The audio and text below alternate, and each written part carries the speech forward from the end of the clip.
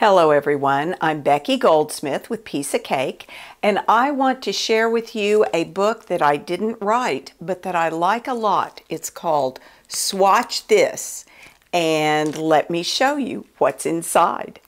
The book is written by Haruyoshi Nagumo, and there is a nice, very short bio in the back. He is Japanese and is an active teacher of design and is also a graphic designer. And he's come up with a color system that I find very interesting. The book is laid out in a very logical manner with the table of contents showing you where to find everything you could possibly want, how to use warm colors, how to use cool colors, and everything is coded by color in the table of contents and in the book itself. It's easy to find your way around.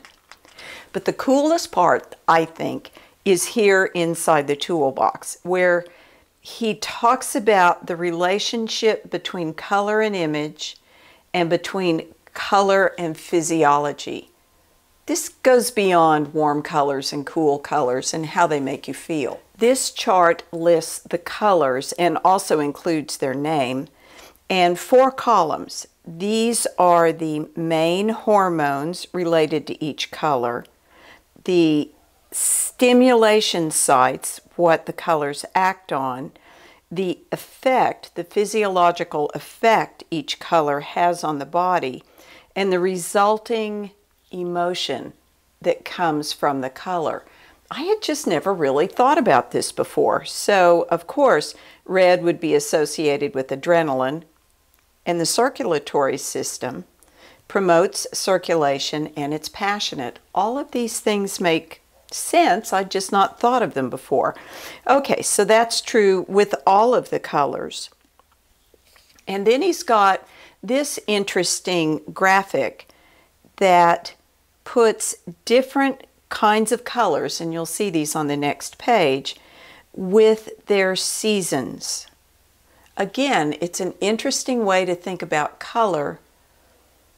I sort of do that intuitively, but to have the chart, that's pretty handy. The next section in the toolbox is important and also interesting. It is the color index. So here, for pure colors, you'll notice that each one of these is labeled. So the pure colors are labeled with P1, P3, P5, etc. The other numbers listed below, say P1, would be the CMYK and RGB numbers that some of you will want to have and others of you won't, and you can ignore what you don't use. So there's pure colors and clever colors and mild colors, young, feather, tough, and serious. Again, not really how I've thought about labeling colors myself. Heavy, these make sense, right? And hard colors, familiar colors, and mist colors. There's plain colors and elder colors. That one was a new one for me. Down and neutral. And the fourth part of the toolbox has color contrast charts. And what's interesting is the way he breaks this down and the emotional color equivalent that he assigns to each one of these contrast charts.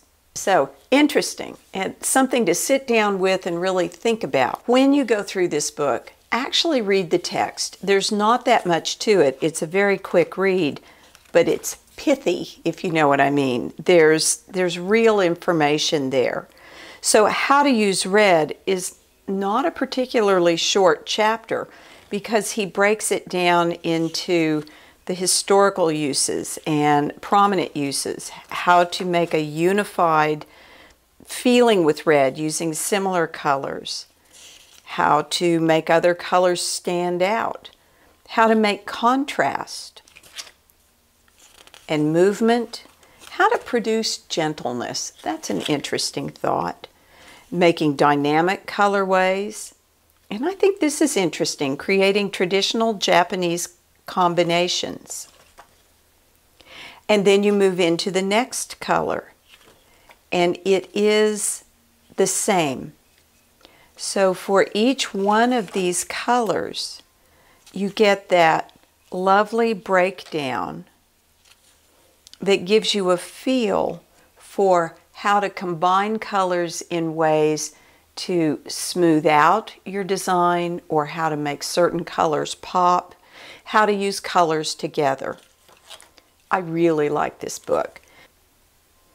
The chapters at the back are then beyond warm colors and cool colors. How to use achromatic colors. I really like that because it's how to use colors that aren't really color. Whites, grays, and blacks.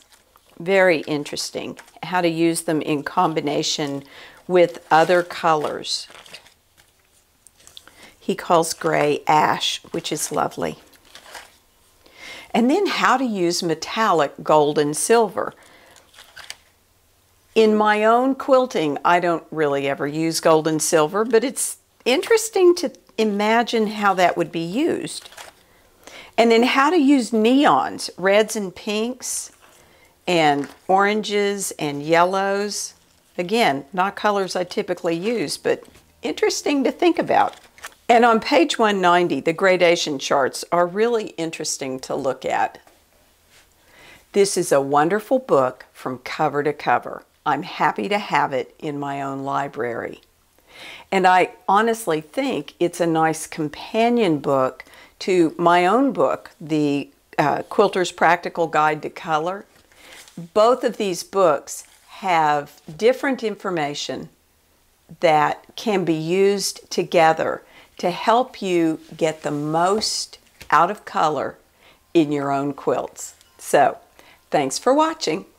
Happy stitching.